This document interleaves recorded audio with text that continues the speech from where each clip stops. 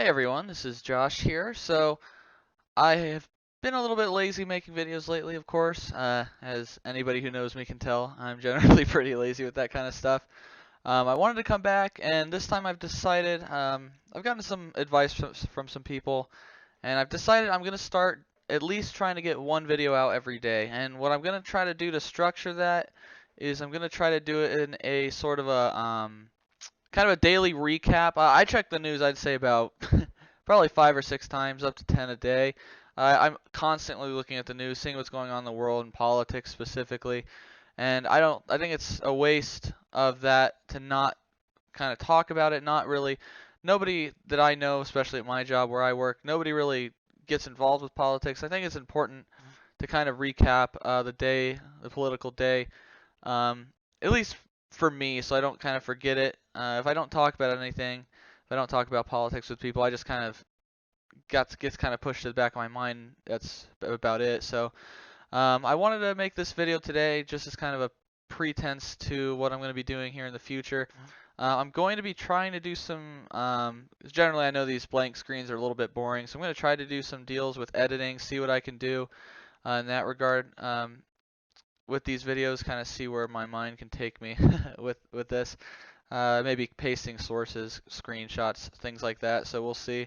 Um, since I've made the last video, I think I was talking about the Secretary of Education pick. That was the last time I kind of spoke about it. Since then, I know a lot of things have happened. I just want to kind of cite a couple of them first. The first one that I would like to just kind of talk about briefly is the American Care Act, which is basically the GOP's repeal and replacement version of Obamacare, the Affordable Care Act.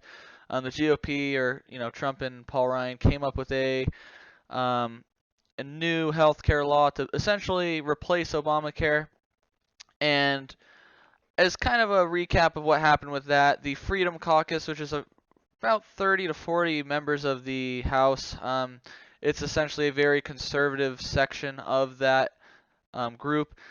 They didn't like that bill. They basically thought it was just a kind of watered down version of Obamacare. They want that bill completely stripped to the bone and entirely remade to what the GOP is kind of looking for in healthcare in general. They essentially caused the president to pull that bill from even being voted on. They knew they weren't going to get the votes from their own party. They also knew that the Democratic Party was not going to give them a single vote there. So they knew that they had no way to pass that bill. So they just decided to pull it. Now, Trump said in the past, he kind of gave the Republicans an ultimatum saying, like, if y'all don't pass this law, if you don't vote on it, you're stuck with Obamacare. I don't think that's true.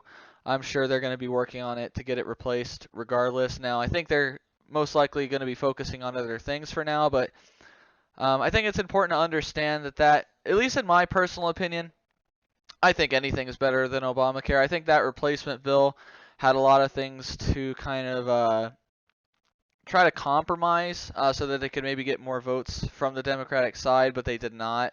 I think one of the things that was highly misconceived was Planned Parenthood funding, like defunding Planned Parenthood. And I think the majority of that is the abortion side of Planned Parenthood. I don't think many conservatives think, at least on my shoes, I understand that Planned Parenthood does a lot of good things. They do HIV testing, contraceptives, things like that. I don't think there's any problems with that. I think the part that the government's basically completely pulling their hands out of is the abortion side of it. And that's, of course, an entirely different argument. But that, of course, is not why the bill was pulled. But I think it's important to understand Obamacare needs to be replaced. It's a disgustingly bad law. I think a lot of people on both sides would agree with that.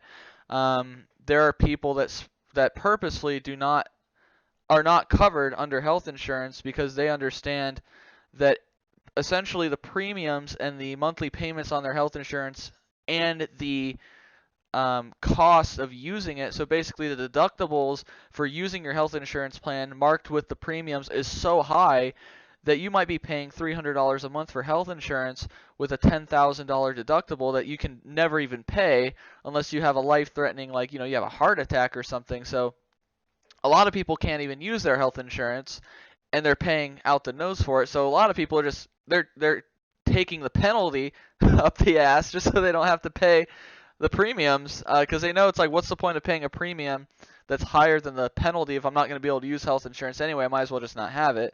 And we're kind of seeing that across the board, and it's expected to get worse. So I think a lot of people would agree we need to have a new law. I mean, I think universal health care is, personally, I think it's a stupid idea anyways, but if you're going to have something, it needs to actually work. So I think it's important to get it replaced.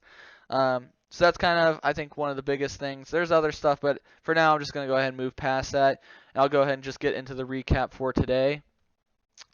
Today, not a whole lot of stuff. There was an interesting thing that happened actually outside of where I live, where 13 people got killed in an accident on a church bus. Of course, condolences to the families of those people, but that was a very devastating crash. I saw pictures of it. It looked really bad. So that was really unfortunate. Comey, they had a small report about James Comey, basically that he had attempted to, in a White House briefing under the Obama administration, he was going to, he had written like a press article about possible Russian interference in the election, and it seemed as though President Obama had actually prevented that from being, from him actually talking about that, so I thought that was pretty interesting.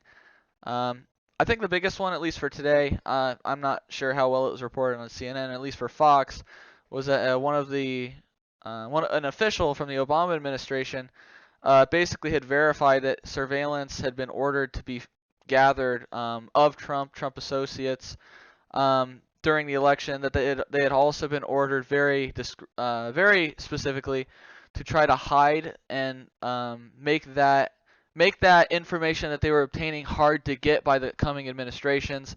I think that was huge. Kind of taps into the whole Trump wiretapping claims, stuff like that. Now, I think it's important to understand also about the wiretapping.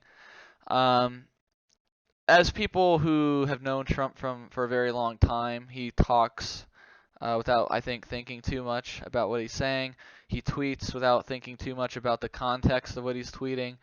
I think the way that he phrased his wiretapping claims was very unprofessional, and I don't think it was something he should have done before any evidence was really put out there. Now, I think we're probably going to be seeing some stuff come out here soon that kind of confirm most of it, but wiretapping is a very specific thing. You can't try to go out and say like, oh, well, when I said wiretapping, I mean surveillance.